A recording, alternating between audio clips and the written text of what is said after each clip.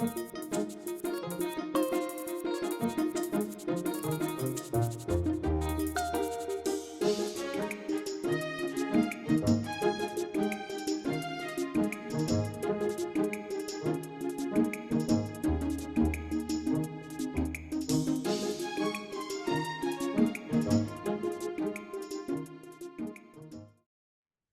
hi, everybody.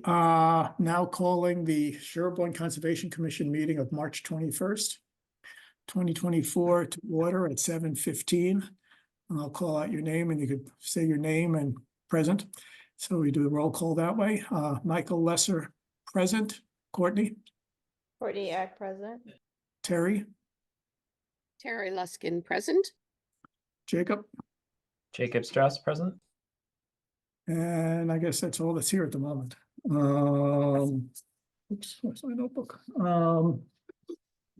Okay, as to the agenda, I have one item to add that we did not fully appreciate within 48 hours. The fact that we're late on the town's annual report, the annual report for the town report. So I'm going to move that we add reviewing that report, which is late, to the agenda. Do I have a second? I second Terry. Okay. And any further discussion? Roll call vote. Michael, aye.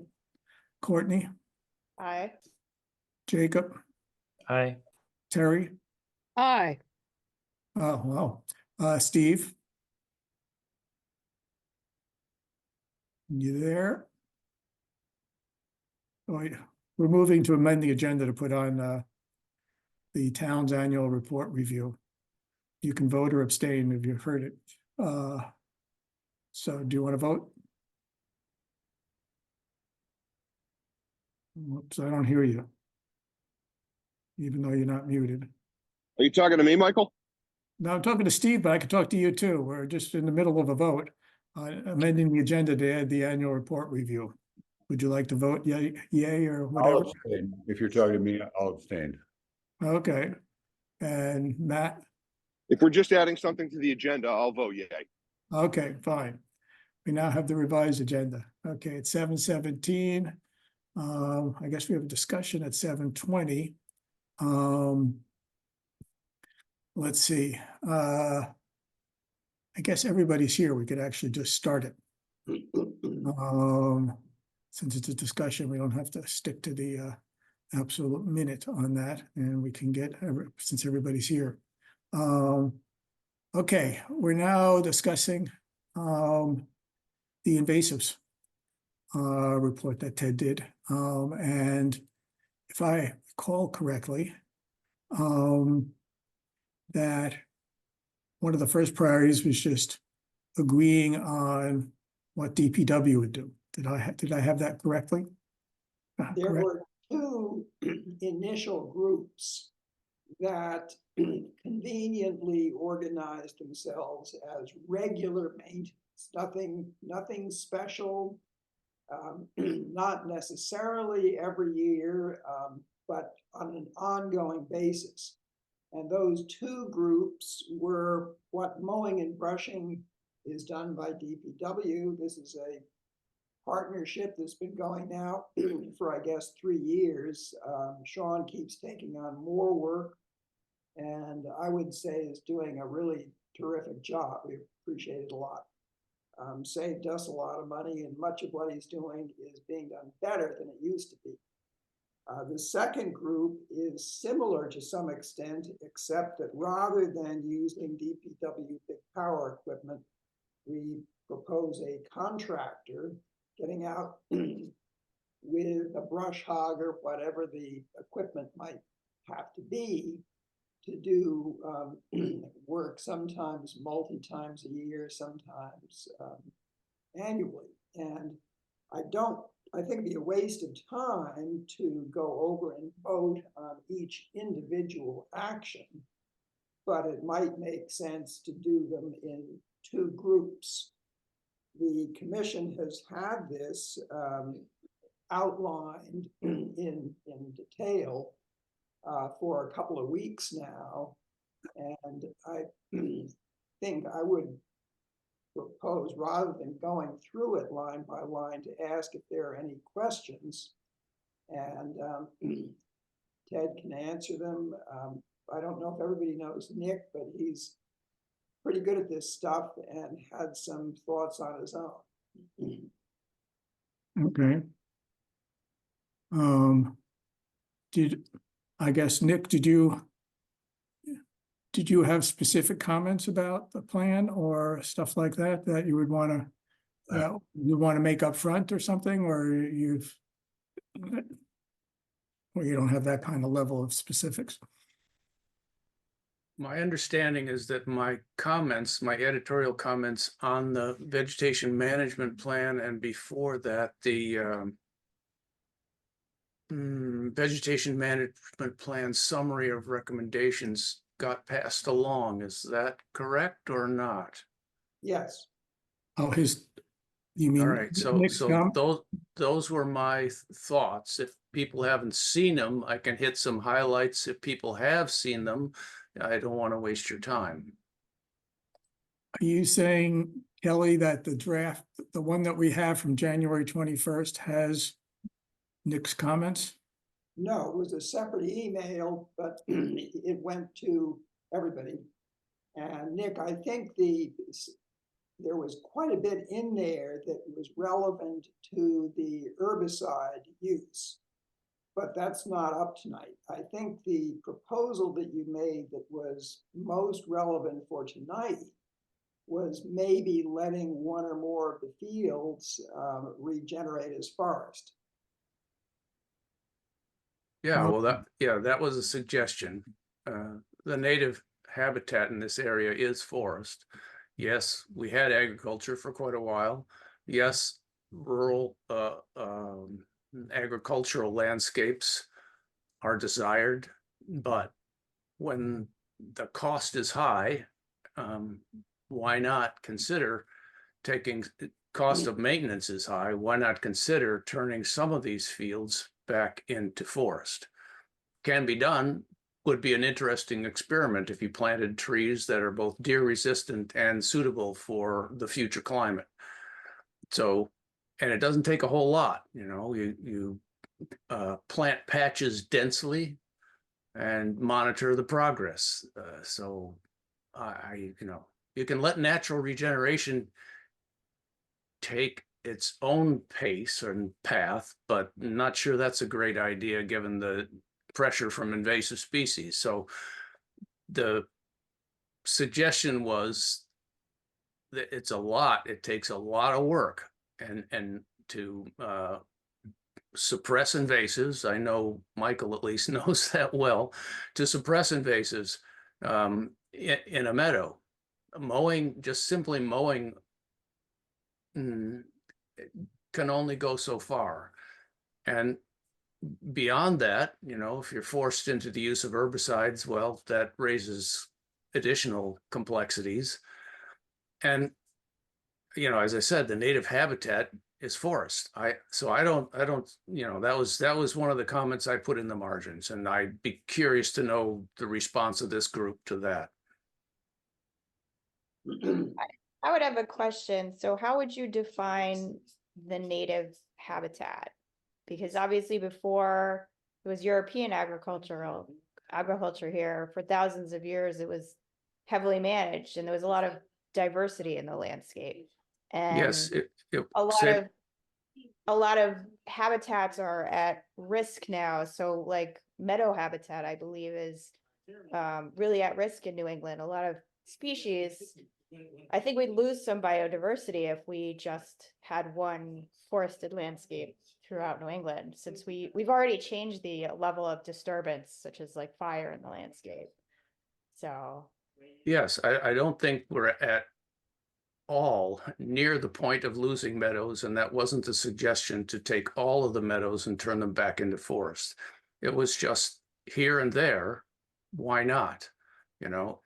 And I, from my reading of the literature, the Native Americans managed the forest intensively, as you said. Some areas were actually open areas. Typically, those were lowland areas like the Milbourne Farm area that has recently been purchased by the trustees, low areas along rivers where they had their settlements and they had their agriculture. But beyond that, relatively few areas were maintained by the Native Americans as open areas, particularly not in perpetuity. They also allowed succession to happen. And they valued those forests for everything from chestnuts to edge habitat where there were berries and the game that would feed on these edge habitats. So it was more a creation of edge in some open areas for agriculture, but predominantly New England was a forested area. Yes, there were occasional fires that opened areas, and so you get regeneration of things like white pine and oak back in those days, but that's kind of like fine points. But my point wasn't to take all the meadows on all the Concom properties and turn them back into forest. It was just say, we have this suite of properties for which we have natural history information. One of the major issues on those properties is invasive species. One of the major ways of suppressing invasive species is to have a dense canopy cover, shade. Okay, so that was where my thinking was leading me. Yeah, I'd see that. I would say our conservation portfolio in this town, and someone can correct me if I'm wrong, is a lot of our land is forested. And some of the heavily wooded areas are actually quite invaded. It often feels like we're in like a no-win situation, you know? Yep. It's tough. Yeah, absolutely. I agree with that completely. It's tough, and some of the forests are a mess, and that's partly why remediation is necessary. I'm gonna add one thing, Kelly. If you Yeah, could this send is- that email, I can't see the email of that has Nick's comments on the summary. I It so- looks like February 28th. Okay, At least that's where I found it. I wanted to comment just quickly on Nick's suggestion, which is an ecological one. And my comment is very different. It's just a public perception one. And the open vistas are enormously popular. At Barber, there are 3 major fields. They were sharply divided. When the divisions were mostly eliminated, and you can see across, it was a very, very popular change. The Open Space and Recreation Plan of 2018 what I'm doing, has a question of your favorite views. And the favorite views are almost invariably of the open vistas.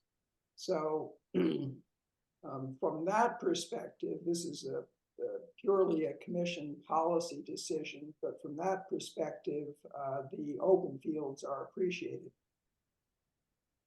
Yeah, I think,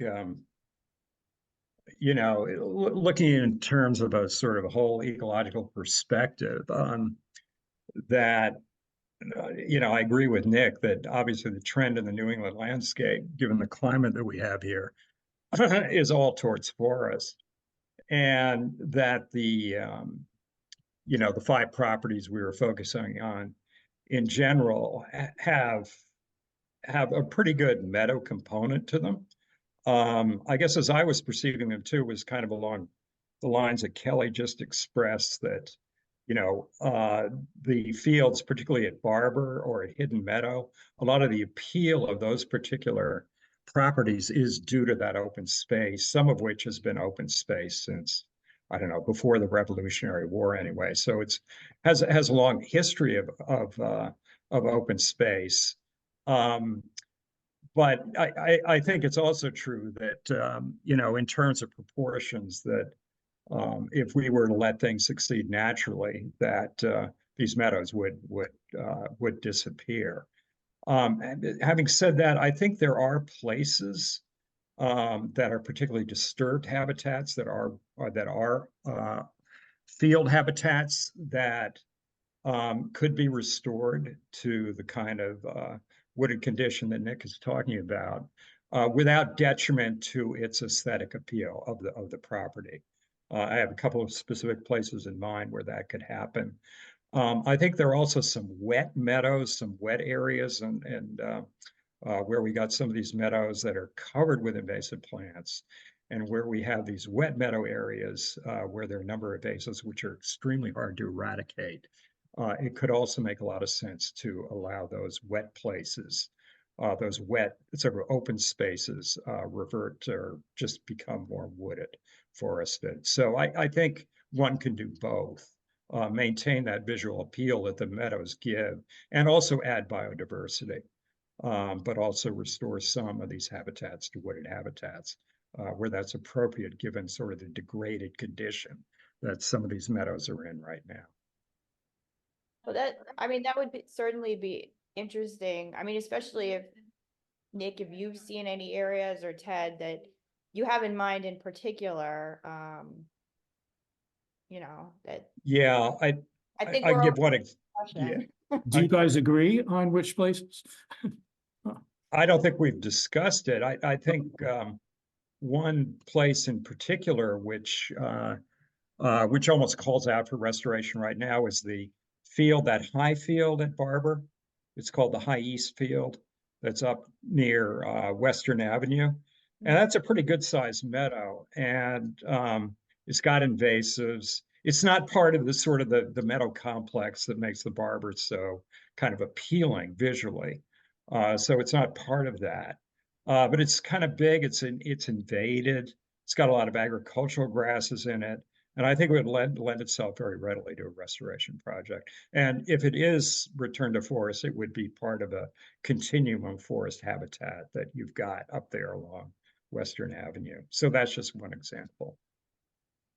Yeah. So no, I would defer to Ted on this completely, because he has walked all these properties in at length, and I haven't. All right. I was just flipping this off the top of my head, saying, I know how hard it is to control invasive species. I know shade can help out a lot. Yeah. And so that was just a thought. Yeah.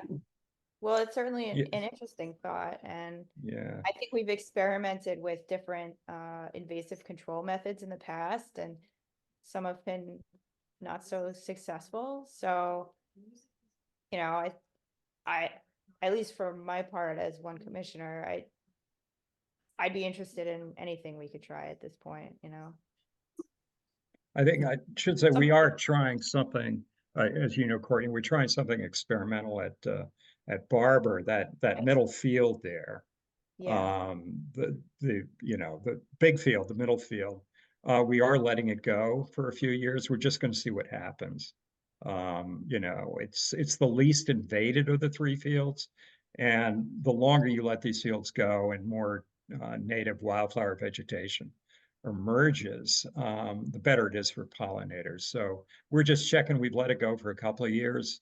It didn't look too invaded to me this past year, and so we're going to let it go for a third year this coming season and evaluate it.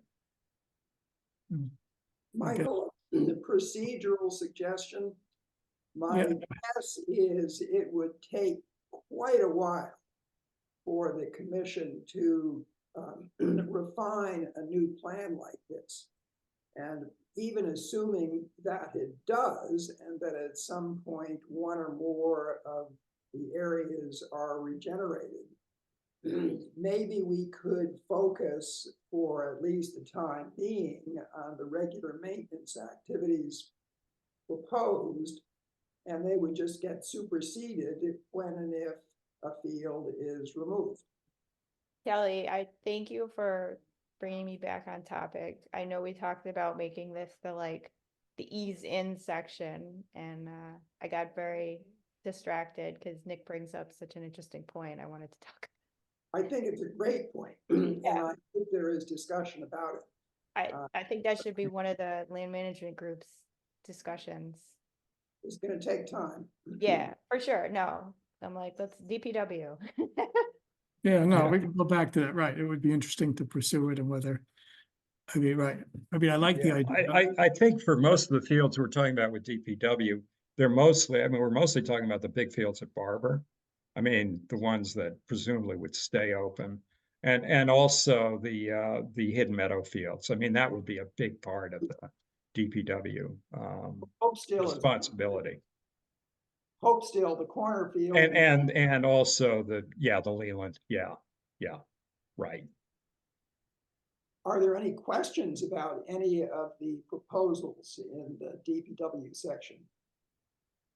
Can I just make a comment that, you know, if you depend more on the Department of Public Works, all right, it is absolutely critical, as Ted has noted, that the management activities be carried out at precisely the right time, okay, to the right cutting height, et cetera, et cetera. It doesn't make sense to just go out there and brush hog if you do it after seed set, for example. And my personal failing in controlling invasives on my property is I don't have the discipline to keep records and watch carefully and treat when I should. All right. So I'm just saying, you know, you have to, I don't know. I've never run into a Department of Public Works that wants to pay a whole lot of attention to when the stilt grass is setting seed. All right. So just a comment. Yeah, Yeah, well, I- you I- don't rely on them in that way. It's more like we tell DPW like, quick, we got to get this done. We'd like it done in the next week or so. And they go do it. They're not really the ones doing the assessments and stuff.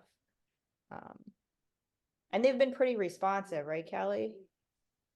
They have, and what Sean appreciated the first year of this, and that we would do again, the proposal is organized by reservation, but what he wants is a timeline for the growing season.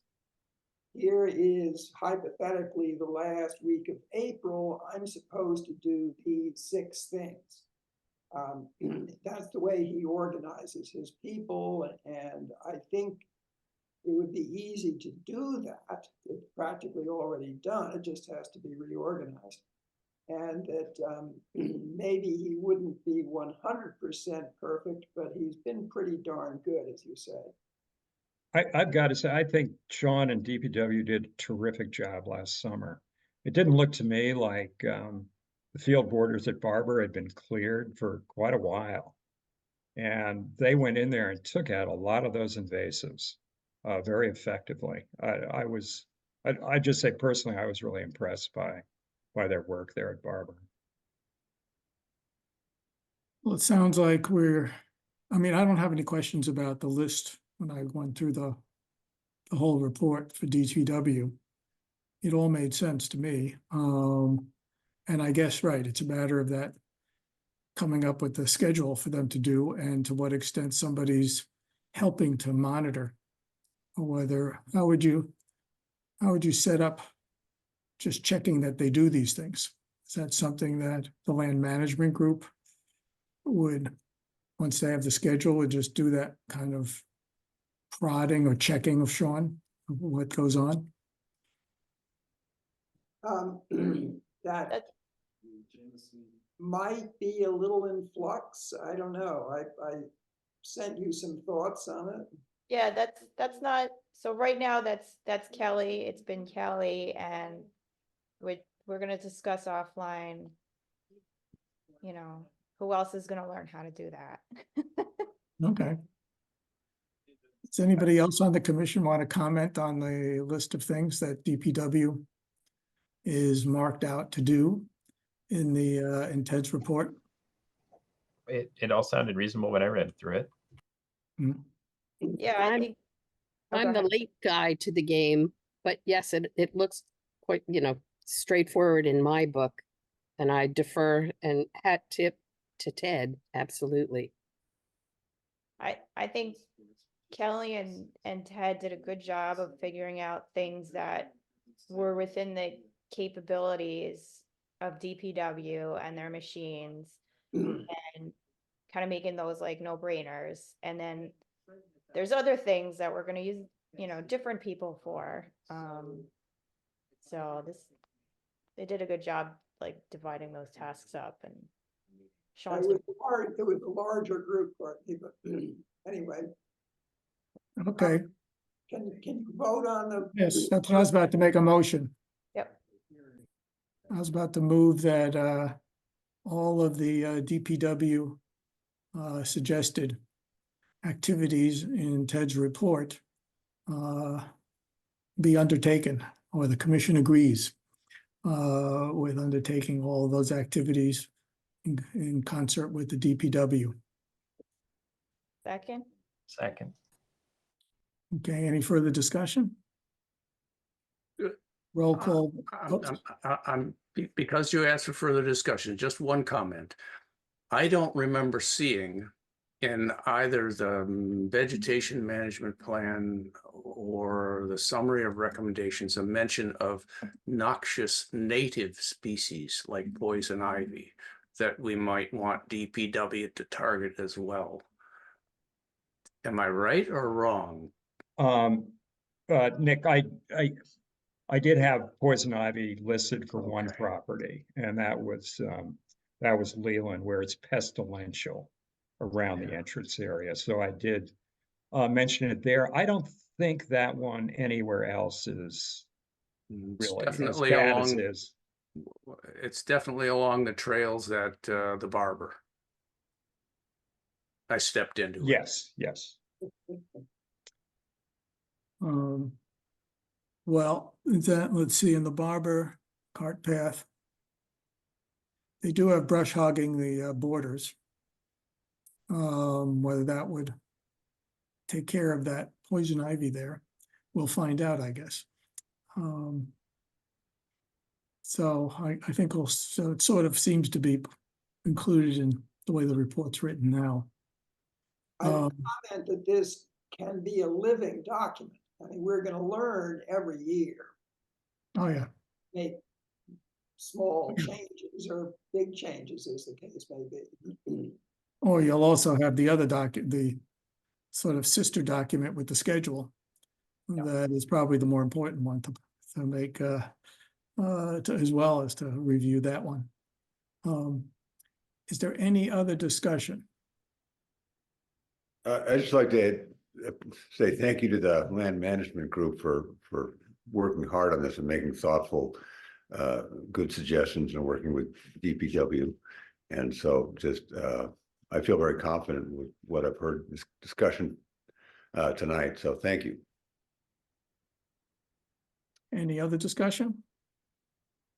Okay, I'm going to. Michael, just a quick question, or Kelly, will the other parts of it be discussed at a subsequent meeting? Yes, but we might try to still do something on the Hopefully contract. the contractor maintenance, The contractor, right? I hope we can deal with that in the remaining 7 minutes. Exactly, that's right, okay. Okay. We'll see what we get done. Okay, any other further discussion? Let's vote. No, okay, oh, you're shutting off discussion, eh? Okay, roll call vote. Michael, I, Courtney, Aye. Terry, Hi. Jacob, Aye. Steve, Aye. Matt. Aye. Okay, we got that done. Now, there's a whole bunch of things listed. There's also stuff of DPW and or contractor. Contractor one, it's somewhat similar. It's mostly, we would like to think, non-controversial and necessary. There are no big ticket items in here. Some of it is already being done. The one point that had a bit of discussion on site was at Leland, there was a recommendation for pond edge clearing. And everybody in the group agreed with Ted's suggestion that that should be done.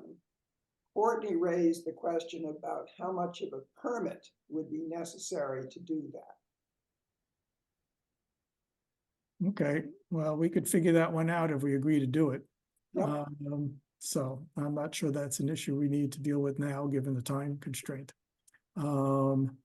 That, so with the contractor issues, would that involve essentially, the next step would be going out and get some sort of pricing on all of that? How are you, before I make a motion about it, I want to know how the cost issue is going to be handled. We have found only one person who has the equipment and can do this kind of stuff, and that's Dan Beecham. Dan was the assistant and partner of Ed Barry when Ed Barry was the lead actor. Since then, George Fisk has tried to find alternatives. No one has come up who sort of wants to do this kind of case by case work and has the stuff. Dan knows all the places. He's done it before. He seems to be reasonably priced. Our proposal is to keep using him because we can afford him and we don't know of any alternative.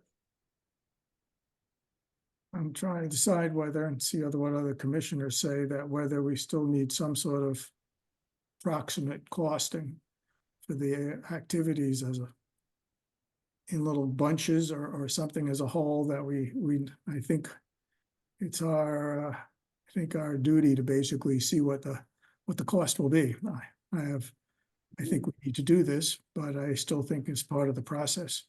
We need to, But we don't know exactly what the cost would be until you decide what you want done. And then we can take it to Dan and say, what's the budget for this? So Well- I think what we're gonna authorize Kelly to do is to go and price out these projects. Unless we're like, no, we're definitely not doing this one. yeah, no, I think it would be nice to know what it all is and see if we can move on that stuff. Yeah, it's just whether we're generally in favor of them and we want him to find out how much they cost and. Oh, no, to me, that's fairly straightforward, that I think I'd like to know, and we could decide how to pay for it, unless something is particularly expensive somehow that we might reconsider, but it seems like a lot of these things would be nice to keep doing. They're important areas for the town and recreation, so I'd like to see it done. If there aren't budgetary concerns that get raised, and funding issues. So I guess, so the motion would be to, that the Conservation Commission is interested in doing all the activities and that you marked for contractor, and we'd like to see what the cost would be. Is that the thing that you're looking for, Kelly? Yes. Okay. I think I just made a motion. Oh, then I shall second it. And okay, any further discussion? Okay, roll call vote. Michael, I, Courtney, Aye. Jacob, Aye. Terry, Aye. Steve, Aye. Matt. Aye. Okay, we got 2 minutes to spare. What do we want to do with that? Yeah, Step. Personally, what I'd like with the 2 minutes is a thought on Ted's proposal for our next discussion was to take up a biggie, the herbicide use and a major buckthorn eradication project up on Peters Hill. And can that be the next discussion item, and how would you like to prepare for it? I guess it would be nice to do a little site visit, and yes, the herbicide issue is always complicated. Obviously. I guess I wouldn't mind a site visit to look it over there. Plus, I want to see that, try to remember back to that lovely little Glen that's written up there, Ted, field there. Yeah, and see how extensive it is. Having pulled several thousands or maybe hundreds of thousands of buckthorns in my 25 years here. Just joking, but yes, would be nice to see. I don't know what other people would like to do in terms of addressing that issue, and as well as what kind of I guess, what kind of herbicides and what information you'd want if you're actually recommending that you could, 750. Those are my 2 cents as to, what you could send us, and we could put that on the next agenda. Is that something that everybody's ready for? Michael, do you want to do the site visit before the next meeting? Oh, yeah, I'd So like to, yeah. Is that do you want workable? to set up a day? Yeah, if we could somehow set up a date for that. And I apologize to Dan and whatever else, we're gonna be a little late. Um, uh, who else is interested in going up there? Yeah. And what times? What, I guess, Ted, do you have any particular times like you prefer, or? How flexible are you? You know, probably, when would the next meeting be? Would be towards the latter part of April? Well, it's 2 weeks. We can do it. Oh, it's let's 2 put it on. weeks. We could do it in a month if you want to wait. I think it might be better a little late, sort of mid-April. Yeah, we have April 18th. Second, yeah, let's do the second meeting of, Okay, so we'll do it on April 18th. So we have a month to get over there. But what's your preferences in terms of times to go there? Weekend, are you sure you want mornings? to do this right now if we're running late?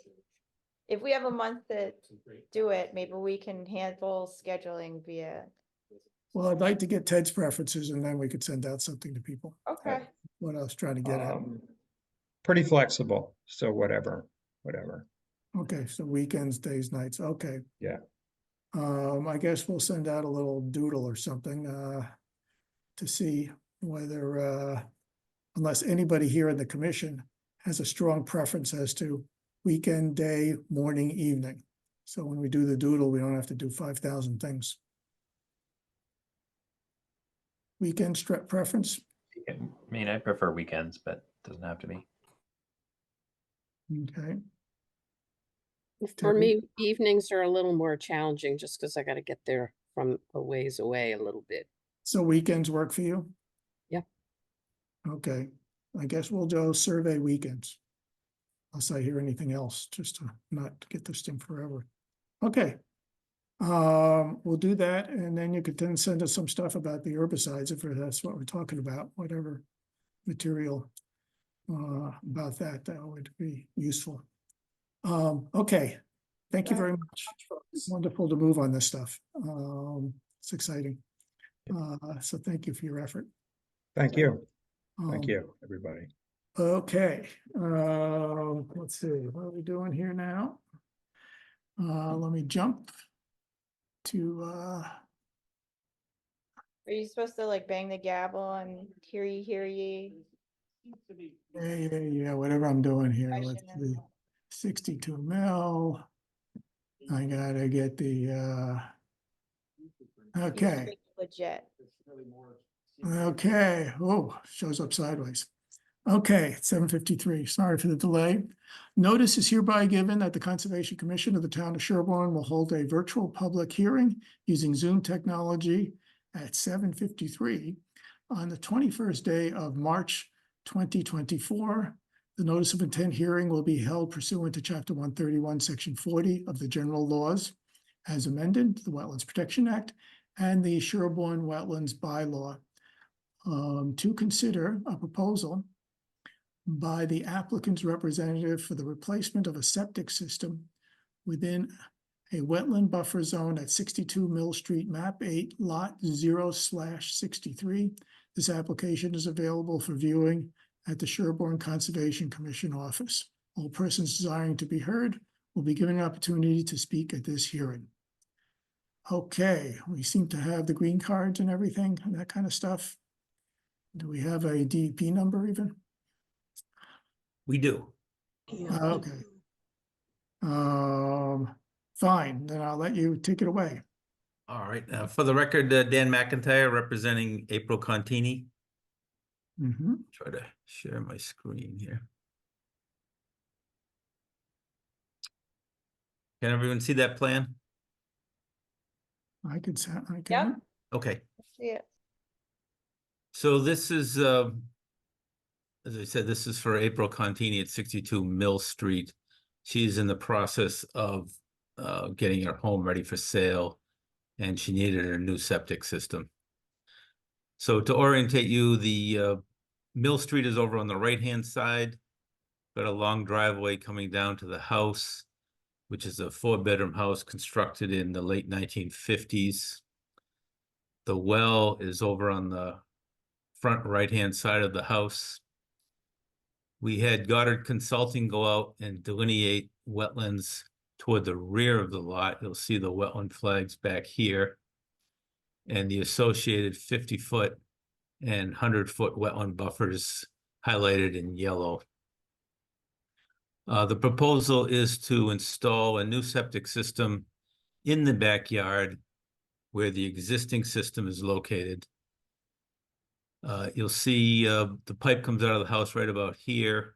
It's under the slab, comes out to a tank. We're going to be putting the new tank in the exact same location. We'll have a second smaller tank next to it with a pump in it because we have to raise the yard a little bit due to groundwater. And we're proposing leaching trenches right here straddling the 100-foot buffer zone. The existing leach trench is right in here. So we'll be taking part of that out as we build a new septic system. It's a bit light, but you can kind of see the existing tree shrub line kind of right through here. So we are proposing to take some trees down in the 50 to 100-foot buffer. I believe there were 9 trees we're proposing to take down in this here, kind of highlighted in the blue. There'll be some additional trees taken down in the outside the buffer zone in order for construction access to come down the driveway and around the garage to get to this point. As mitigation for the tree removal, we're proposing to put some shrubs along the slope of the septic system mound to provide some understory vegetation in what is a predominantly wooded buffer right through here.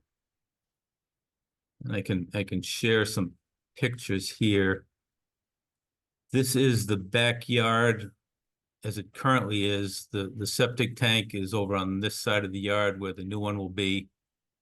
The existing leach trench runs kind of right through here, and we'll be putting the new system in this general area here. To give you an idea of the type of trees we'll be taking down, that's a view of the buffer zone from the wetlands back toward the house. This is kind of the general area. These are the kind of the trees that we're taking down right through here. You'll see that there's not much understory in this particular buffer zone, so we thought it would be good to plant some shrubs to maybe promote that a little bit more. So I think with that, I can turn it over to any questions you might have. Joyce, do you have a list of issues or something? So I didn't have a lot of issues with this.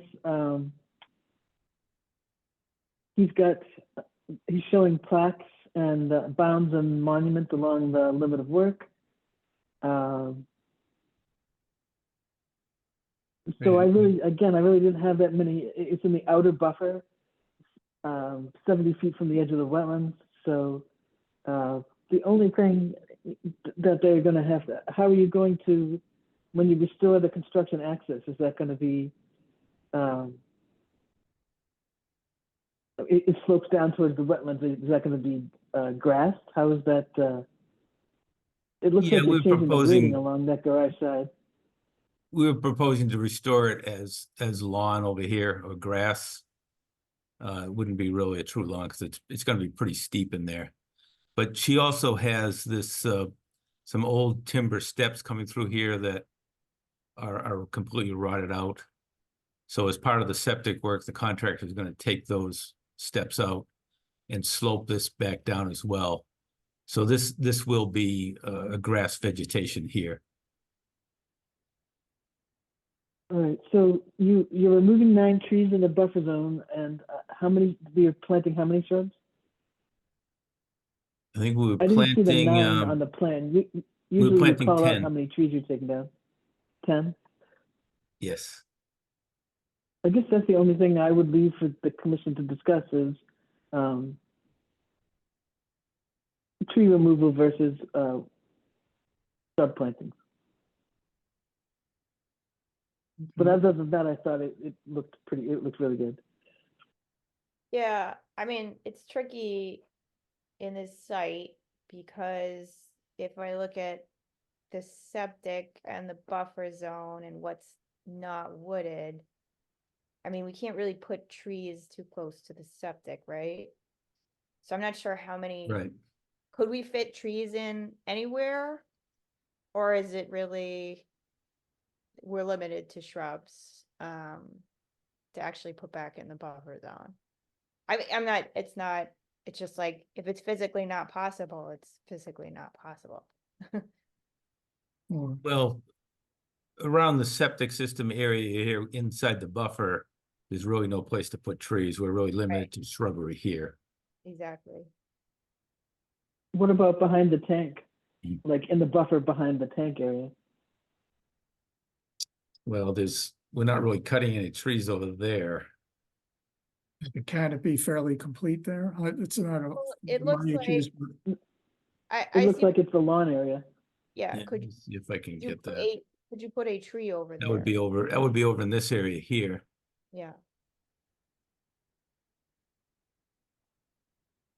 Like maybe there's room for one tree. yeah, Well, if the commission is set on trees, I would suggest, up in here where we make the construction access to put some trees back there, even though it's outside the buffer zone. It still might provide some benefit. And then it's away from the septic system, and we're not crowding other trees that might be growing here. I guess I would prefer, rather than have it outside the buffer zone, I would prefer having shrubs of some number there since there isn't much of an understory and. Yeah. And so I would, if there's no place for the trees per se, I would rather have the shrubs along in the buffer zone. Maybe there's a tree, as you pointed out below there. Just want to step back one thing and just for the record say that in terms of an alternatives analysis, there's no other place to put the septic system outside of the buffer zone. Yes. Just want to make that question. Yep. Well, let me address that then. We looked at kind of pushing it back into this area here, but you can see the topography starts to go back up. So as we go higher into, as we go back into the higher topography, we're raising the septic mound even higher. And the house is constructed with this concrete slab that's a walkout to the basement right here. So we really can't raise this up without causing a drainage problem going back into the walkout door into the basement right here. So that's kind of why we picked it right here. It's kind of the furthest we can get from the house and the furthest we can get from the well. It was a nice compromise between drainage for the walkout basement and trying to stay away from the wetlands. The other area that we somewhat considered was, the well takes up quite a bit of it up here, but we looked up here closer to Mill Street. That's also a wooded area where a number of trees would come down. But it would be a real challenge to actually pump up there behind the house and get up to that. Would need a significantly larger pump because there was no way to avoid putting the tanks in the backyard. And this area, although it's far enough away from the neighbor's well across the street and next door, we would certainly be closer to the neighbor's wells than we are now. So I think this is a good location for the septic system. Okay. I And, agree with Michael about the shrubs. uh, So you could plant, if you chose a plant that, a shrub that grows under canopy cover, you could expand behind the erosion control barrier. Because of the limited number of shrubs in that area, you don't necessarily have to cluster them all around the septic. Well, that's Not- a maybe good not point. You can trees. see there's not much understory down here. And I don't think the homeowner cares where they get planted. If the commission feels that out here might be better, we just have to pick one that's kind of can tolerate the shade. I have a question about that space there. It looks like in that photograph that might be graded a little bit. I don't know, but what is the management? Has it been graded? And should it be? What should happen if it has been graded? Should it? There are fewer trees than I would expect. I don't have the answer to that, but it appeared to me like nothing's been done with this back property in years. Yeah, I didn't get the impression that anything had been done at any time recently. Hmm. 30, 40 years. That's also how it looks when the deer have been busy in the area. Mm. April had a did say there are a lot of deer back there. I okay, had a comment about the shrubs. If you're going to take down, if I remember correctly, sort of in the neighborhood of 9 trees, I'd love to see more than 9 shrubs. I'd love to see more than 2 species of shrubs that will tolerate the shade, just from kind of an ecological variety standpoint. yeah, I think we've generally had a higher ratio when you're substituting shrubs for trees, something at least 2 to 1. So that, so I get, as I gather this, just as a process here, that we're okay with allowing it to be in this spot there. It's a little tricky as to whether it should be outside of the buffer zone and what those, and how you do those trade-offs. I guess it looks like it's, in the end, it's about 550 square feet of disturbed area, which isn't particularly large, so that I guess I'm not gonna, if it was a larger area, I might consider pushing it a little bit more back. Whether that could be shifted back away out of the buffer zone more, as well as, yeah, I don't know what the pump system issue is. I have a pump system that probably deals with similar kind of, although probably not as much of a height as you guys have here. Pretty steep. What? That looks pretty steep. Yeah, There's a long way up to pump it, right? Am I making that up? No, I it don't know. it's yeah, it looks like 14, it looks like at least like 16 feet or something like that. yeah, it's a These good are size. 1 foot. These are also 1 foot contours too. Also, Yeah, right. I mean, my system pumps up probably about 10 or 15 feet. Now we're So, but it's okay. I say that I could accept this, then I guess it's a matter of coming back to, I would like to see at least a 2 to 1 on the shrubs and following, and whether and the mixture, whether, as Terry's suggesting, that it's a little more diverse mix of shrubs and they don't have to, and whether they're somewhat, hopefully deer resistant, if that's ever existing, and whether to have it more closer to the septic or the outer edge there than sprinkled into the buffer zone, but more in the area around the septic or towards the outer edge of the buffer zone to just delineate it better and to protect it more.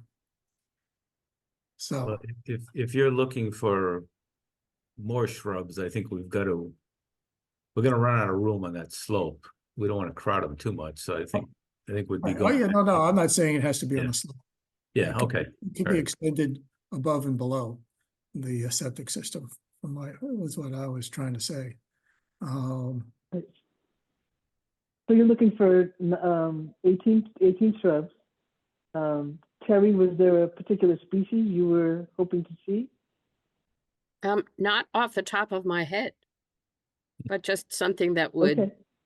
you know, I love the two, the Ilex and the Lindera in there. Sorry, I'm trying to read through my unmuting button. They look wonderful, the spice bush and the inkberry, but you know, there's more to be had without having to, you know, go to a specialty nursery. I Okay. will throw out there that the deer will eat the ilex. It's unfortunate. Okay, They're having a problem with deer pressure.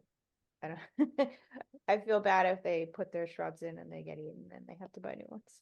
oh yeah, normally since we have a survival rate So of 75%. so if Dan shows say 4 species that he can pick from, and whatever might be available, Mhm. not Yeah. specifying how many of each, and then adding on the shrubs, additional shrubs towards maybe on the other side of the erosion control barrier. Is there anything else that you would like to see? He's got, Dan, how many monuments do you have there with plaques? I just put in the 2 monuments, one right here and one up in this area here, which is generally where the Y- new homeowner is going to be. Your yard here, hand they'll isn't see it. showing up on They're, Was they're, that? they're there, the little red squares. Yeah, Okay, the there we installed go. wetland bounds is Right. one here and one up in here. I would like to suggest, if it's still native or unmanaged buffer zone, that you add 2 more. One further to, one below and one above, that come close to the edge of the buffer zone. So that it's clear where the buffer zone begins. You and mean like where it goes back up to the 100, Michael, on the Yeah, end? exactly. Up in here. Okay. There and Alright. further down, and the one that you do have towards the bottom, I think could be brought forward towards the buffer, towards the 100-foot line. That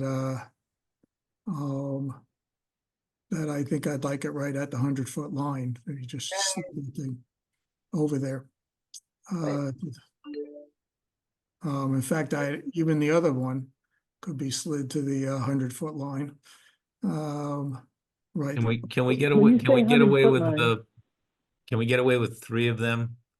Maybe one up here by that 208 number, one right behind the septic, and then one up over by this 207. I think that's fine. Okay. Can we place a monument on the buffer zone? On the Well- septic system? No, you don't No. want to do that. Okay, joking. Don't listen to him. No, I was just asking for my own. Okay. Never asked. I could go with the 3 there so that it's fairly clear there. I mean, it's a long distance. We're talking over 300 feet. Oh, no, 55. Oh, no, it's not so bad. I could go with the 3. So we have 3 monuments where we talked about. And on the berm, on the slope there, where there's going to be some plants, is there going to be what do we want on the slope? I mean, I assume the field itself has that standard. We were proposing grass up in here and bark mulch or wood chips on the slope here. Oh, So they're not sorry, that was my tempted to mow comment. it. Yeah. Yeah, can we not do bark mulch and wood chips? Can we do leaf mulch? Or I second the motion. Do we do leaf, or do we want to just get What did we some wanna sort of use? meadow, some sort of shade grass thing that just grows there? Joyce, help us. So, yeah, either a composted leaf mulch or a conservation seed mix. I would be fine with either of those. And what's the pros and cons of either one from a wetlands perspective? Buffer zone. They both would be fine. the compost and leaf mulch would, I mean, if it could potentially wash out, but so couldn't the seed mix. Right. So they're going to have to. I mean, normally we have like a monitoring period for shrubs that get planted to be sure that they survive. Is this being done for sale, Dan? It is, and I do need to speak up for April since she's not here. This septic systems are not inexpensive, and we've already added 9 shrubs and at least one monument. So we've probably added at least $1,000 to the cost of the system just in this last 10 minutes. So I would suggest that we stay with the leaf mulch, which would match the rest of the buffer zone. And it's less expensive than the conservation mix, which is very expensive, and tends to wash out more than the leaf mulch and has to be replaced again. Yeah, I mean, honestly, I was actually gonna suggest that we could say it could be leaf mulch or conservation mix, and he could decide. I'm okay with that. Okay. I'm okay with that. And the same with the shrubs. I'm okay saying we need X number of shrubs, and we want 3 or 4 species, and we leave it up to the discretion of the agent, and we just say it's native. Sure, no, I'm just trying to, the whole Yeah. issue, whether it's deer resistant so that we don't run into the Well, problem of, I think Joyce can figure it out. right, I don't mind Well, that. Right. I can work with Joyce and I get that can- list. Yeah. 'Cause Okay. we've got to get it to the contractor so they can Right. price it up, and And maybe there'll be like a bargain on Spice Bush or something, and you want to get a lot. I don't know, whatever. Yes, you can do more than, you could do more than whatever, if it's a good deal, and then hopefully the attrition will still be good enough. Okay. So I Do we have think all the that the conditions? few changes that, oh, go ahead. No, I'm just trying to think if we've gone through everything.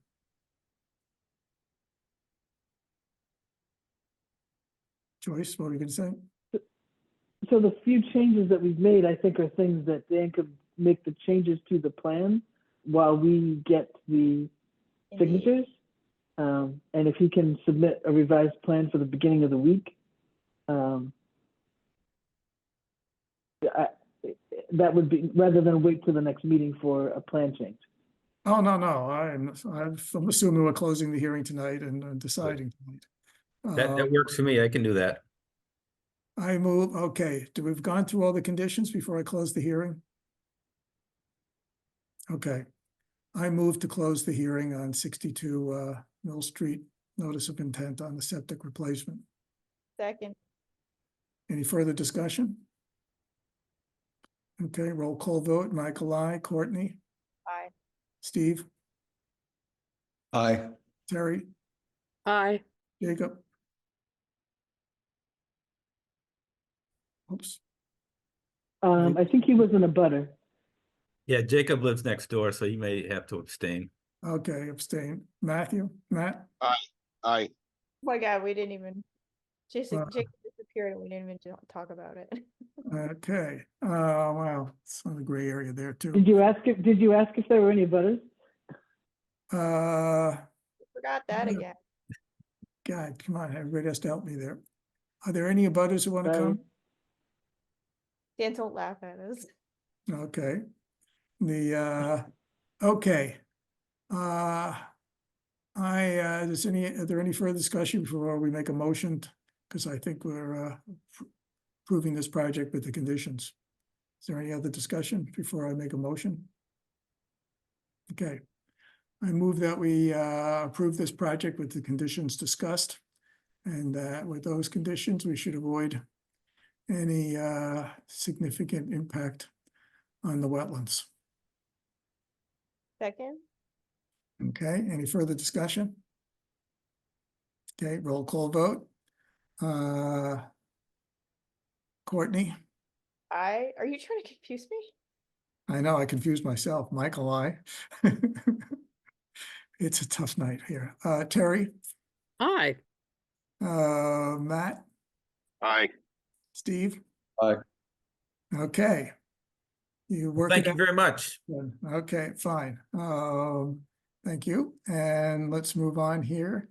We have I am reopening the continued public hearing on the notice of intent for 191 Maple Street. And says, I guess, okay, what are we continuing that? I communicated with, Karen Skinner-Catroni, and she, had requested a continuance. Okay, what are we continuing this to? To the next, yeah. Are we, We can do the Dover style. Everything gets continued to 7:30 and then you just do them. so, you know, you don't joke about it, because Tell us, I will agree with you. I think we got to like, give people a Dover little style more. better? Well, I like this one better because people know when to come and show up. So do we don't know what time they're available. Is that the question? No. Deborah, I did not see any new filings. No, there are no filings. Okay, so this can be at 7:20. Okay. Fine. I move that we continue this hearing on 191 Maple Street to 7:20 on April 4th. 4/4. Second, Yes, second. any further discussion? Okay, roll call vote. Terry. Aye. Michael, I. Courtney. Aye. Jacob. Aye. Matt. Aye. Steve. Aye. Okay. Working down the list of things here. We have 3 administrative approvals. 193 Forest Street, a pool and a cabana. And 115 Lake Street, soil testing, and 17 Everett Street, soil testing. Are they all outside of jurisdiction? Courtney, you want to go first? Yes. Yes, they're out of jurisdiction, or the ones that I did. I did Forest Street and did I do Lake Street? Yeah, and I did Lake Street, and that's outside also. Oh, I did Okay. Everett. Wait, yeah. Yeah, I did Everett and, yeah, okay. Glad you guys got your act together. We have our act together. It's just late in the evening. Yeah. It was a while ago. We didn't practice. Okay, you can rehearse better next time. We'll give you a cane and a hat and start dancing. Are there any particular announcements anybody has? Well, just a quick question on those soil testing approvals. Is that gone to the Board of Health so we can schedule with Mark? All right. Well, I sent all the ones that I did, I think. Okay. That's encouraging. I'm interested in 115 Lake. Their homeowners are bugging me. Okay, yes, that's me. So yes, All right, so you'll let Jean know? yes, Did you already let them know? I sent it out. Yes. Okay, thank you. Oh, I'm off the hook. Okay, close call there. Okay, so any announcements? Okay, there's nothing on the budget other than advisory had the public hearing and they approved the budget. The warrant is for about three mailing things with Deborah for, I don't know, a total of maybe $20. Anybody can see it there. We don't have any minutes. Okay, do you have any site issues and questions? Ms. Hastings? I do not. Nothing that I want to discuss with you. Oh, I suppose it's somebody else. Oh, okay. I think I'll take that well, That's No, there are no site issues. There've been a lot of site walks this week on various properties, but nothing that rises to a meeting level yet. talking about sidewalks, I guess you're gonna send out a doodle. Do you know how to do a doodle? I will, yes, I'll send out a doodle for This reservation, the land management. right? Peters Hill or Peters, whatever. Okay, before we get to our hearing at 8:30. Okay, affordable housing projects. I sent you all,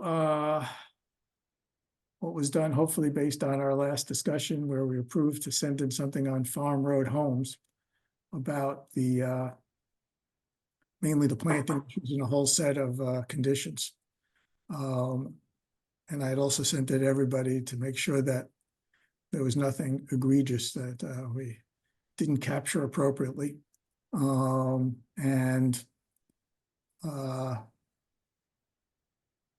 so if anybody has anything, because that hearing was extended to about, I think it's about 6 weeks is the next hearing on that now. And so we do have that there, and I guess that I didn't send in something about the stormwater. I'll have to talk, I think, with Joyce a little about some of the issues there. So that one is, so the stormwater issues got a little work on, and I'll see whether it's something I have to bring back to the board after I talk with Joyce about what the peer reviewer has done and some other comments. So Farm Road, if you have anything from what was sent, let me know. Washington Street Homes, that is started briefly, and now on next Tuesday is the second hearing on that. That is a much larger project, 40 unit apartment building.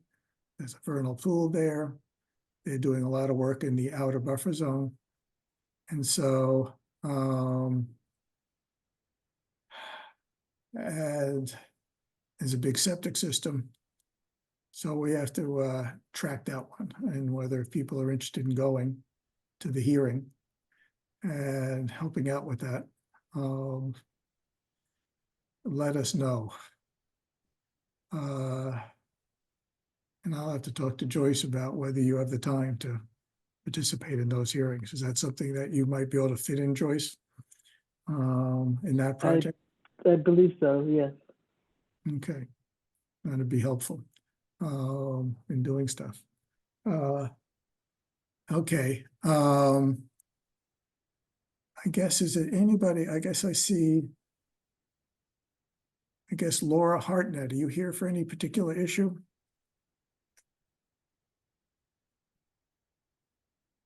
Okay. Just want to see whether we did anything. Uh-oh. Hello, this is Paul Hartnett, 99 Maple Street. Oh, yeah. Yes, I am here I'm here to hear about my two emails about 44 Page Farm Road. I had 3 questions that I wanted answered. Is that something that somebody has addressed, Joyce, or? They don't hear me.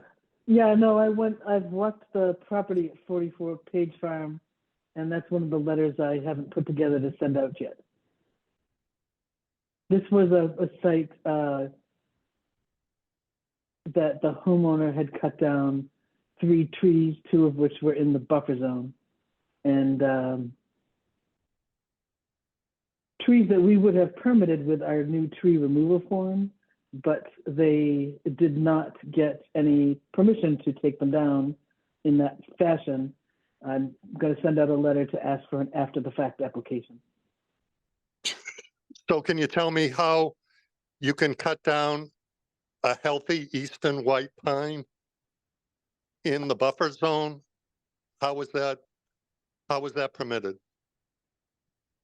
So if I compare it to the pine that's directly behind it, this is the one that was directly adjacent to the barn.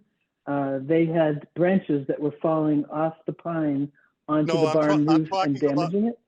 no, I'm talking about the one on the sideline. I sent you two photos of the removal of that tree by Stumpy's. It was done last November. It was not behind are you talking about behind the shed? I'm not talking about There's two behind the shed. trees. One was behind the shed and one was over on that far property line. And the applicant had said that the two trees were either dead or declining, and I have reached out to Stumpy's to give us a report on the condition of those trees, and I am waiting for them to send that back in. And Well, I can tell you that I've lived on this property for 44 years. I can tell you that tree was healthy. Now, unfortunately, the photo I have was when they started limbing it out. That's when I went down into the woods. They had already started working and they had limbed it out. But it looks like they limbed out about half of it. But you can see by the photos that I sent that tree had a lot of healthy branches. It was a healthy tree. And I mean, you're taking their word for it that it's declining. Yeah, maybe Stumpy's might be honest, but maybe not. it's a complicated issue when the trees can possibly create damage to property. That we've taken the position that we err on the side of caution in terms of allowing those things in terms of if they're declining or dead in particular. No, I'm telling you, it wasn't declining, Well, in my that's- opinion. I'm I know telling it's you. your opinion, right? We're trying to get an opinion from them and whether that was done appropriately, and maybe if not, then they might have to do some mitigation for that.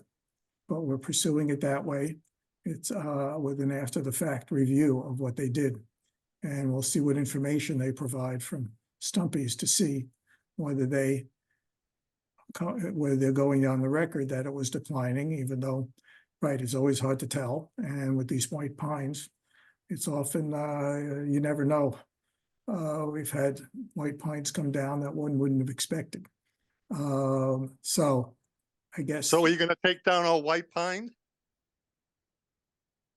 I don't think anybody was suggesting we're taking down lots of white pines. We're getting a statement from Stumpy's and we have to see what Stumpy says. Right, I guess Joyce will keep you informed of what we learn. And she's sending out a letter to them to even do a post job application as they should have done if it was declining. If it wasn't declining, then we would have to pursue a little differently, have asked maybe for some mitigation for that. So we don't know where we're going with it at the moment. So we're gonna have to Okay. get information. So how and about then- my other questions?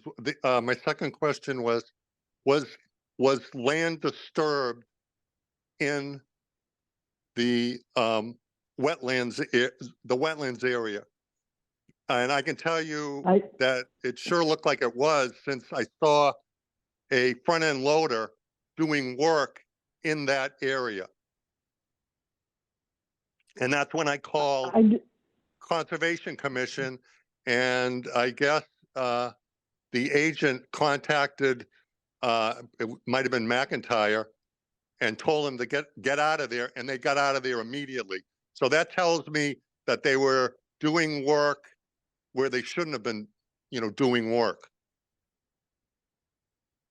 So I didn't contact McIntyre. I did reach out to the homeowner. Dan McIntyre came to us to do soil testing in the backyard, and they had a backhoe in the backyard digging a hole to evaluate soils. And they got permission from conservation to do that, to do a replacement septic system, and that's in front of the barn, between the barn and the house, or the shed and the house. Yeah, that's not where they were working. That's not what I'm talking about. I'm Hold talking on one about, second. Let her finish, please, Paul.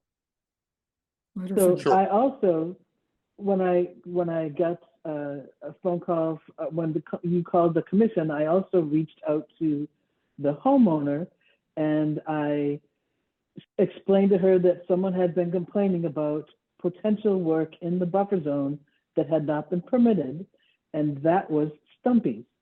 So by that time, they had removed the tree behind the shed, and apparently maybe they were also taking down bittersweet. As I go over to the far side, on the far side of the property line from your property, I can see where they have, it looks like they've pulled up bittersweet from towards the house, and where they stopped pulling things out, you can see the bittersweet is occupying all the shrubs and trees in that area. So I believe what they were doing, I don't know what they were doing, I wasn't there, but it looks like they were pulling out bittersweet. So again, I did call and they did move to the front of the property, or at least that's what they said they were going to do. I think that's what you're referring to. So I did reach out to them. They did stop whatever they were doing in the buffer zone and move to the front of the property. Did you see any significantly disturbed buffer zone when you were walking there? So I didn't. The lawn goes all the way back to the stone wall at the rear of the property. The wetlands have been delineated across the rear. The wetlands come into the property. They kind of go back and forth across the stone wall. I don't see any work into the wetlands.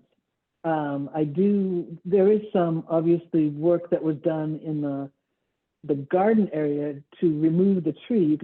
I can see where tires had gone over the garden bed, because obviously they were pulling out the logs or whatever they were taking down, cleaning up brush. But there's no ruts or in the lawn or anything like that. And there's no disturbance in the wetlands. Okay, then at this point, we'll have to wait and see where it goes with the tree issue. And Joyce will inform you and keep you informed about that, Paul. well, And may I say one more thing, Mike? sure, what's that? Sure, go ahead. Do you allow a front end loader to enter the 100-foot zone? Actually, their permit, from what I think the permit that was posted on the website says that they're not supposed to enter the 100-foot zone. And they had a machine in there. I mean, are you supposed to, do you allow a machine in that area? In altered areas such as lawn and such, people can do that if they're doing an activity that was approved, such as the soil testing there. No. So therefore. I'm not talking about the lawn area. Well, I guess I'm not quite sure where the area was that they shouldn't have been there, and we didn't see any aftermath of that. So, right, a lot of people move things, do those kind of things. We can't stop it all or control it all, but it's a matter of seeing whether there was any significant damage that was obvious that we could ask for some mitigation or restoration of that. So I'm not quite sure whether Joyce did not seem to see any particular area there that needed to be restored. So. Well, I have photos of that area too. I mean, it doesn't look like undisturbed. It by their sideline, there's no lawn, but it does look like it's been cleared. And another question I have is how do you allow a front end loader to go into a wetland area to remove bittersweet? I mean, that's like killing a mouse with a howitzer. So I don't the answer to that understand is we don't, and we don't allow that. And when we contacted them, they moved their operation to the front of the property. That's all. I don't know what else to say. As far as it looked like it was an area like an old garden area or old mulched area on that sideline, and because there's an edge and it rises up and it looks like decomposed mulch in that area. And that's the area where you can see where they've, pulled up bittersweet. So I think that's what you might be seeing. I don't know exactly what they were doing with the machine, but again, the day you called, I called them, and the homeowner said to me, she was, quite concerned, and called and made sure that they moved to the front of the property. Short of telling them to leave, I allowed that they could go to the front of the property outside the 100-foot buffer zone where they removed a couple more trees. Right, so I think we've done what we could do, and maybe there's some damage that was done there, but it wasn't something that was apparent. And so that part of it, I think we've done what we can, and that we'll see how the tree work goes, and keep you appraised. And if there's any other further questions, I suggest you just sort of talk to Joyce about that. But at this point, I think we just have to wait and see about the tree issue. And we're gonna move on to our Right, so the hearing that we have to Stumpy's open. is gonna, Right. so Stumpy's is gonna take another week or so to get back the letter back to me, because this is their busy season right now. So once I get that letter back and see what the response is, then I will know how to, then we'll decide how to go forward with this. And so Okay. nothing's gonna happen until probably a week or two. May I Okay. say one more thing, Mike? Just one As quick long as thing. it's quick, is- because we have to move on. We have a hearing that we have to go to. Go on. Okay, I can tell you for a fact that that area was all blocked. I could not see their neighbor next door. Now that's all been opened, and I can see the neighbor next door to this house. So there's been tons of it's not just the eastern white pine. It was a whole hedgerow, and that blocked that house. I could never see the house as you face the Johnson's house, the house on the left. I could never see that house. Now it's wide open. I can see everything from my property over there. So I know tons of stuff have been removed, and you're just gonna let, I guess people just can get away with this sort of thing. Well, we try not to do it, but people do. But I guess the question is whether that's all buffer zone area.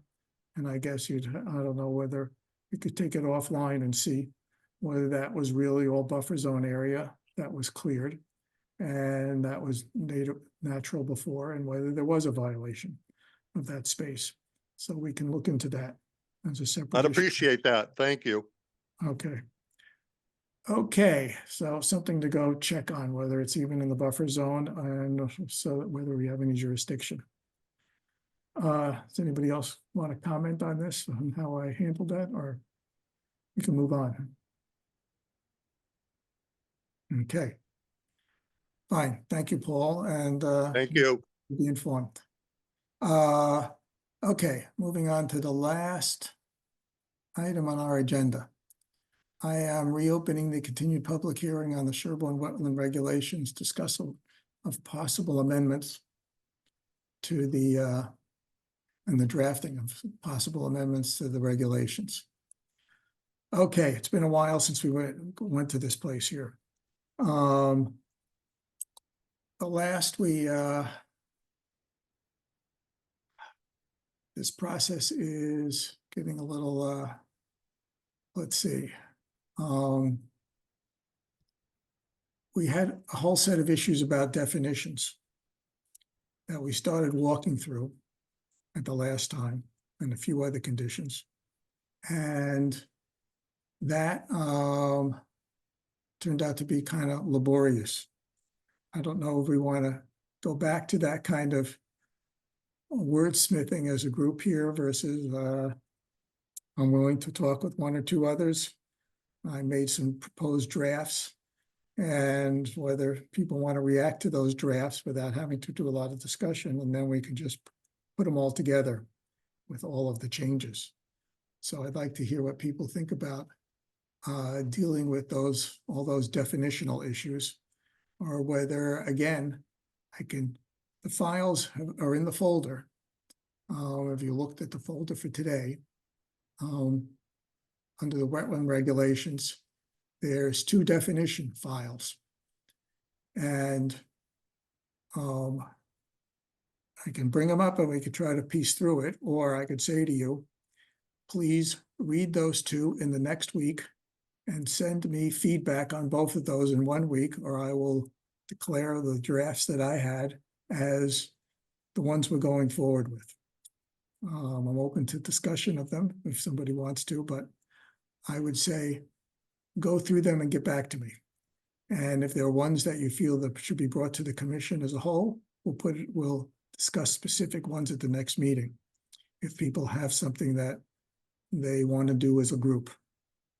Does that make sense? Okay. Can we answer now? What? I said, does that make sense? I was seeing people's, by all There were means. nods, but yes. Okay. As to some of the other issues before, Carol just messaged, she wants to help you. okay, I see that now. Thank She you, doesn't Karen. contribute to quorum.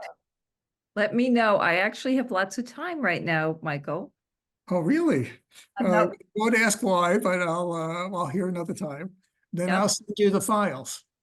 I'll say, because you don't have access. After the meeting's over, if you don't get it tonight, bug me. I Yep. will send you the actual file so that you could be welcome your view. I'm happy to do it and to talk to you if that'll help to get it in shape so people can do a review. Okay, great. That's on the definition stuff. There are some other issues that I'm actually going to bring them up so we can get through a few little things because I'm a little I had second thoughts about some of the administrative approvals. I'm going to share the screen. The review, let's see, share screen.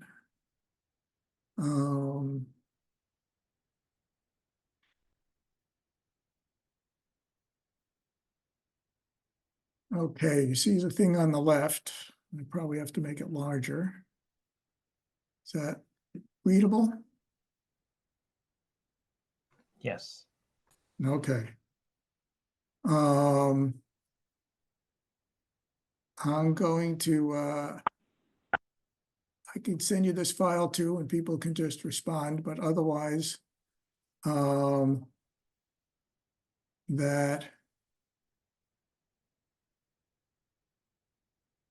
right, this was an issue of what's educational. And I was going to say that as I wrote here, oops.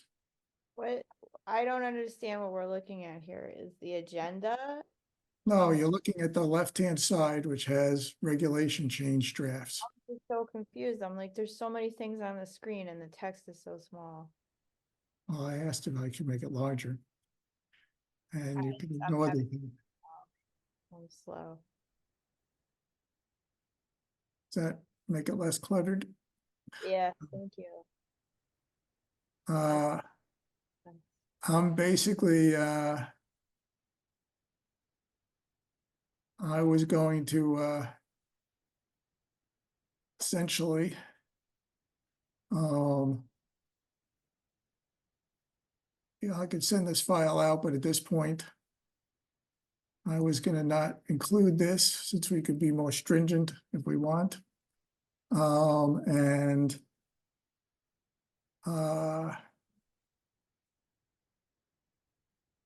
And I guess whether to include this, I guess we can just include these. Yeah, I think those have to stay there unless we are suddenly requiring that those organizations to send us permit applications, which would surprise Okay. them. So we're going to have this draft here with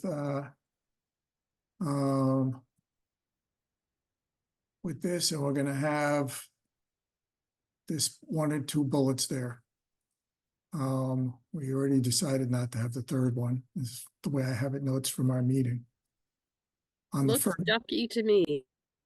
and the fertilizers, I guess we didn't finish quite this task of how we do we want to require products that are only usable for organic certified agriculture in the buffer zone? Did we want to have that qualifier? I don't know enough to have an opinion about organic certified agriculture products. I think there's a tiny lacking word on the very first line at the end. Fertilizer use is generally not permitted in the NAZ and is prohibited in any resource area. Or Okay, not sure what's missing.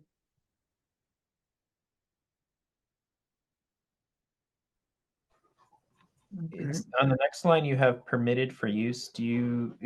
Michael, is your intent there to say it's prohibited unless it's mentioned in a specific order that we've issued? Right. Okay, can we make that? Let's see. How could we make that clear? And allowed for use in any issued permit. Now we change this.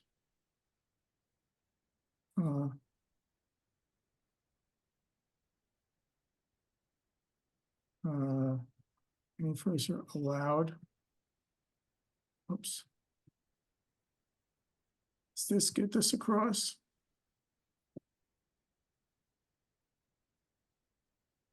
I would add something like must or shall before the colon, because then it says anything allowed for use must contain and either contain or, you know what I mean? I feel like we need a must or shall. Y'all attorney folk. We haven't figured out whether it's will or shall.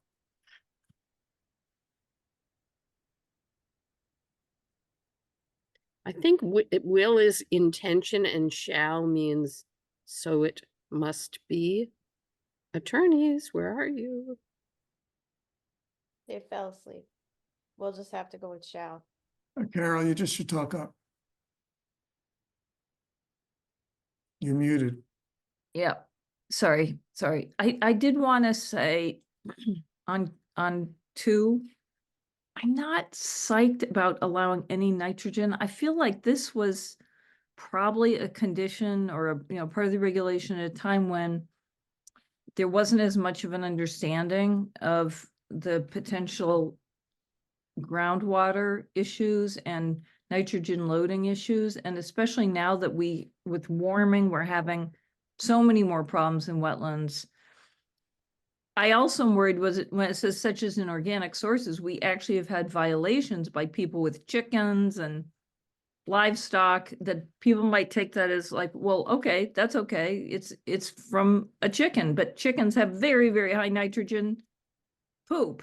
So I would suggest, not saying organic. I'm not sure I'd even say slow release, because if we're talking about in the buffer zone, and also we want to encourage people, instead of, putting their garden in the buffer zone, or, even we would prefer that they wouldn't have a high fertilizer lawn in the buffer zone. So just in general, I think the idea of contain no or not more than trace amounts of phosphorus or nitrogen might be a safer way to go, I guess. I think 2 is open to lots of interpretation that would not be good. Well, then it's not fertilizer if there's no trace amounts, because most people don't worry about potassium. I mean, Just a personally, matter- I the think issue of whether we allow any fertilizer use in the outer buffer zone. So has been I mean, we've sometimes have put conditions where there's no fertilizer use in the buffer zone. We have done that on a case-by-case basis. I think it's a better thing to do. Actually, people are under the delusion that they need to keep fertilizing their lawns like crazy, but you actually don't. So whatever. I guess we could change I mean, see what people think. We could, since we do it on a case by case, we could drop everything and just have the fertilizer use is generally not permitted in the buffer zone and is prohibited in all resource areas. And not even differentiate inner and outer buffer zone and then drop any fertilizer, blah, blah, blah, blah, and drop the rest of it. Seems really straightforward and easily comprehended. Mhm. Okay, whoops. Oh, there we go.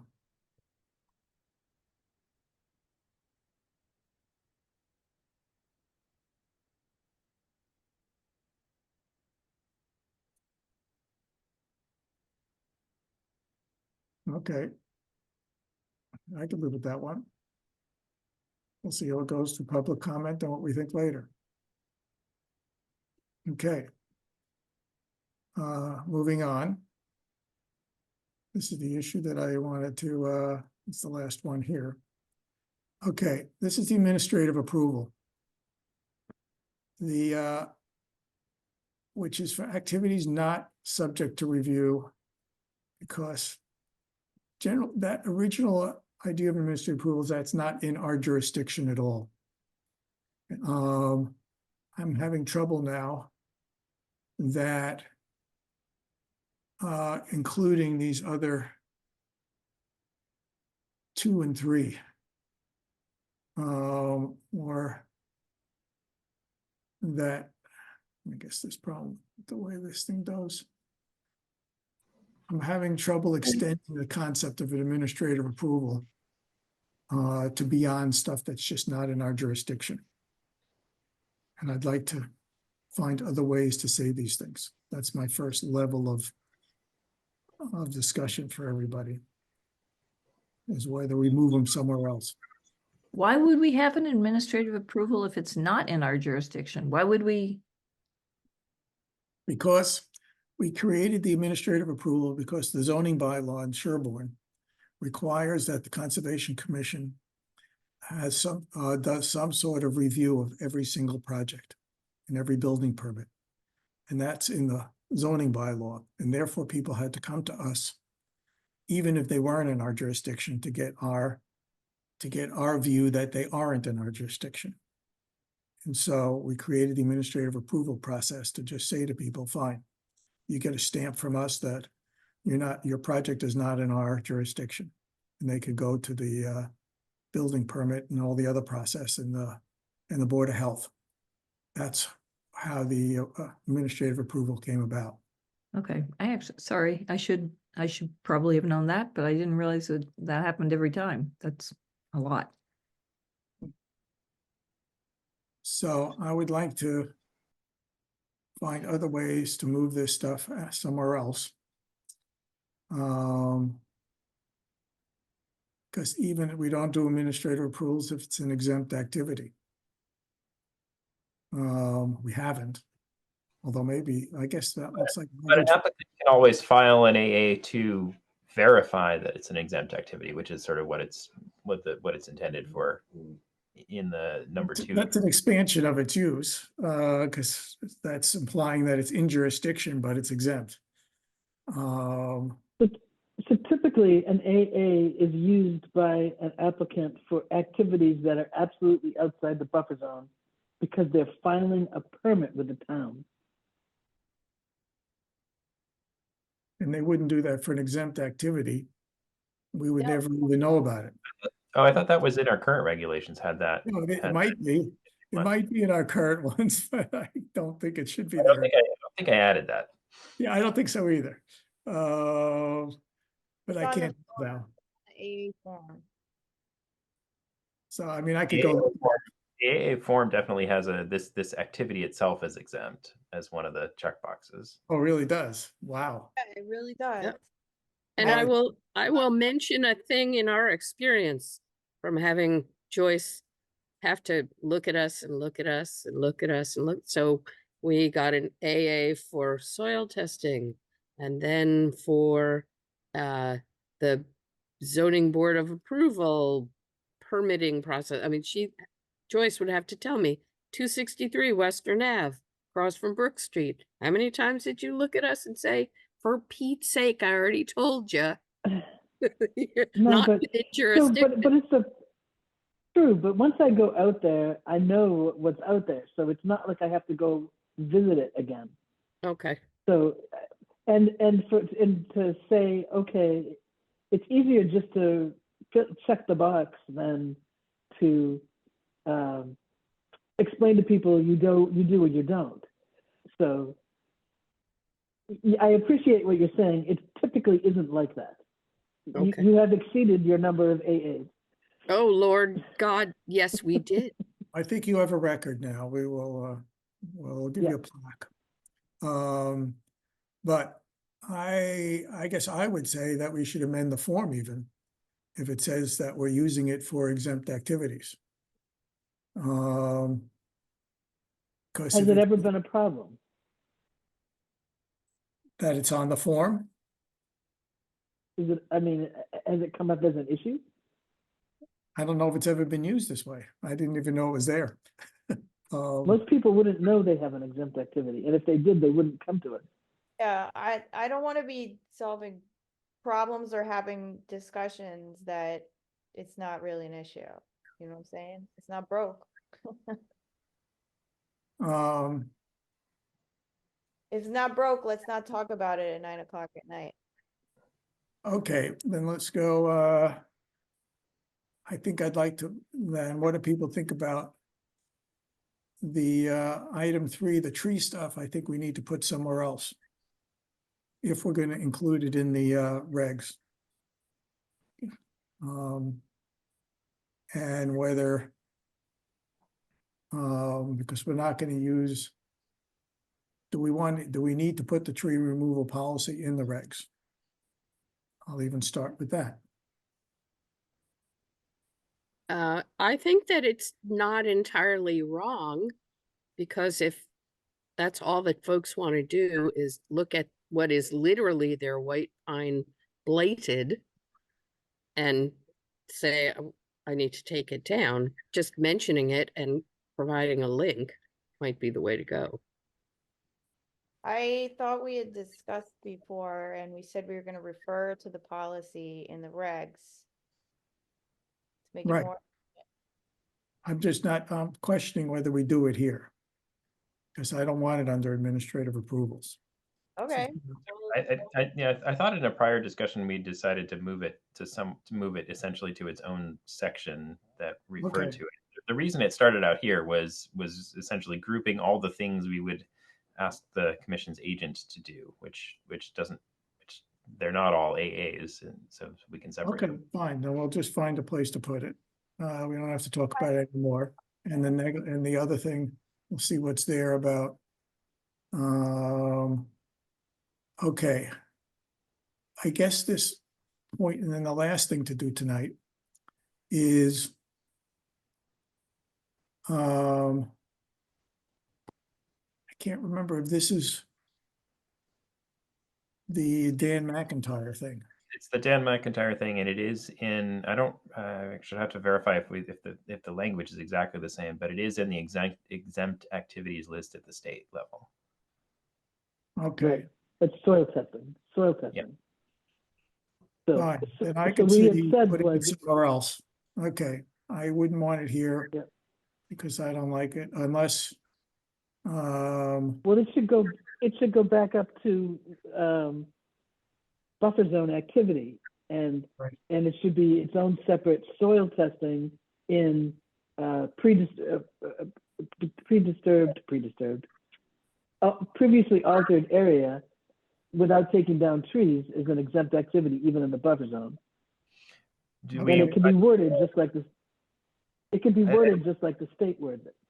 Do we want it to be exempt in that they don't even need to tell us that they're doing it, or I thought we wanted to? I thought we No, still. they can do it as part of an A. They can do it as part of an AA. No, they okay, can't do so it as that's part of an AA. expanding.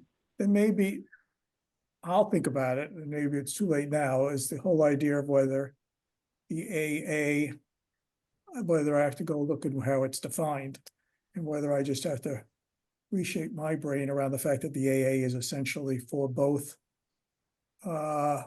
activities outside of the wetland resource and exempt activities. And Well, maybe The whole Okay. point is to let other departments know that we checked it out and it's kosher, right? Right, so Right. we need to expand, okay, I'll go read what the AA says and whether it's just Fine. that it is just expanded, and maybe that's what I've missed when I think about this. That, Okay. that it's just viewed as a broader thing than just it's outside of our jurisdiction. Okay. I'll rethink that and write something up here and see what I think, and other people. I assume everybody's fine with an AA being expanded, but we can look at the form. Maybe you could send out, It's guess- not expanded to those of us that have been filling it out, I know, so. so I think the way it's written up somewhere else here doesn't say that. But maybe this is all it is. And I just never knew it. Okay. Then I think we're through with tonight's activity on this. I'll make sure everybody looks at I'll send you out the files for the two definitional things so that you can work on them on your own without having to do it online where it might get to over a quorum. And you can send me back those things with track edits or comments. So there'll be two definitional things, and that's that for now. When are we, where are we moving this to? Next week, the April 4th at, what do we need? So I'm going to assume that 191 Maple Street will be ready. Right,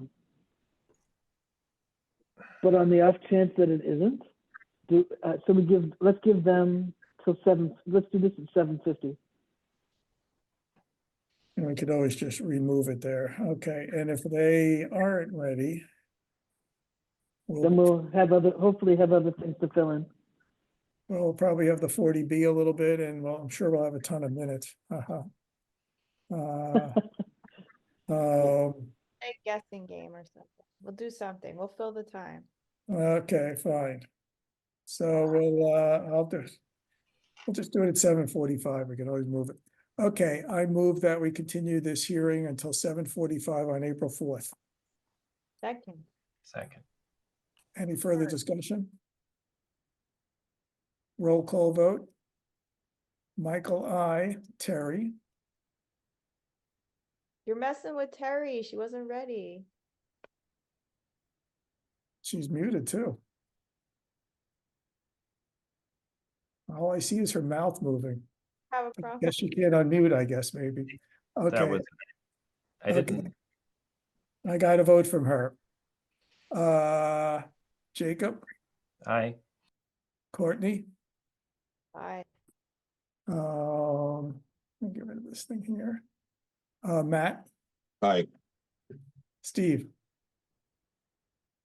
Okay, everybody's got some mute issues. But we'll take hand signals. Next time you have to stand on your head to show I.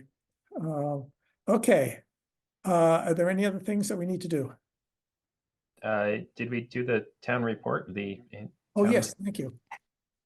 Okay, Thank you, Jacob. No, thank you. wow. I think it's a gold start. Thank you. Okay, did anybody read it? I read it quickly. And did you have any comments to give before we have to send it out? Please, There was like an obvious fill in and value here, but I didn't have any Yes. comments on that. I have, right, I had emailed Joyce and Deborah to see if they had the fill in the numbers or could help me figure that out. okay. Oh, so, Is yeah, that Deborah has number a whole here? list of numbers. This I is- have to look at it. I don't think we had any enforcement. Really? Didn't we have violations? Can't hard to believe. Yeah, we I don't think I have not issued a violation this year. I've made a lot of phone calls, but I haven't. We're talking been about shaking all my during finger, but I haven't. 2023.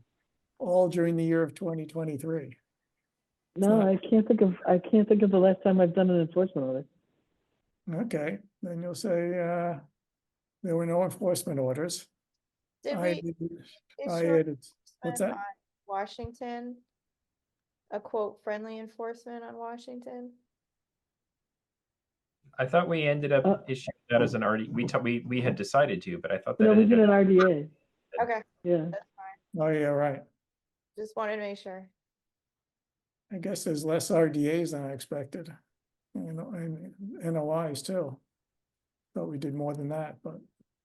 Sure. But those are the numbers. So you can clean, who's gonna clean this up and send it in? You, Courtney?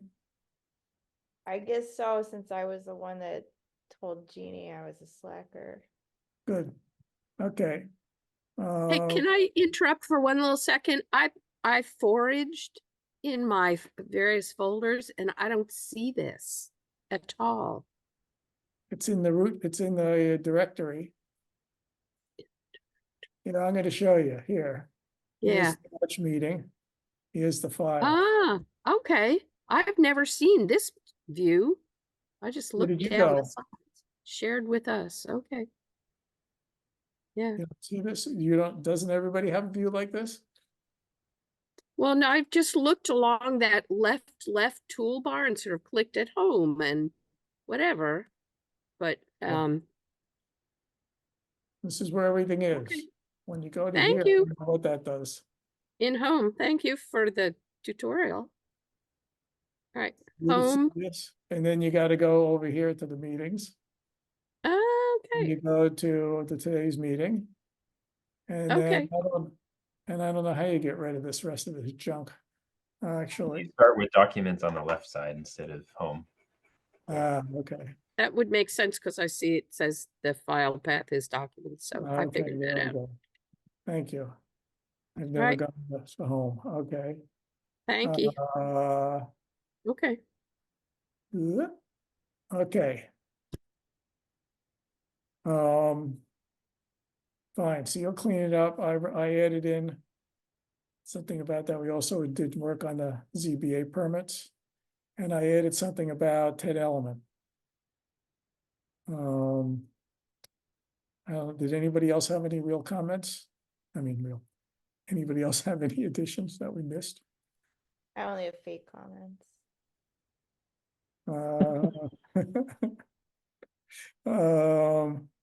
Okay.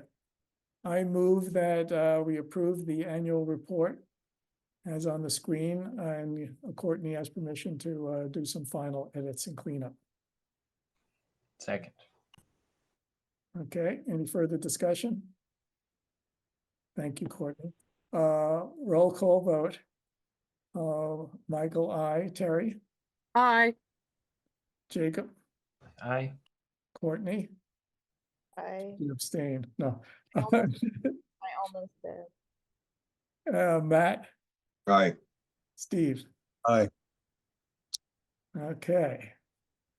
Let's see if I messed up anything else here, going through the list. I was going through the list without what we amended it with. Okay. Anybody else have anything before we adjourn? Okay, in that case, I move to adjourn at 9:13. A second. That took a long time. Any further discussion? Roll call vote. Courtney, I Michael, I, Terry, Aye. Jacob, Aye. Steve. Aye. Matt. Aye. Okay, everybody.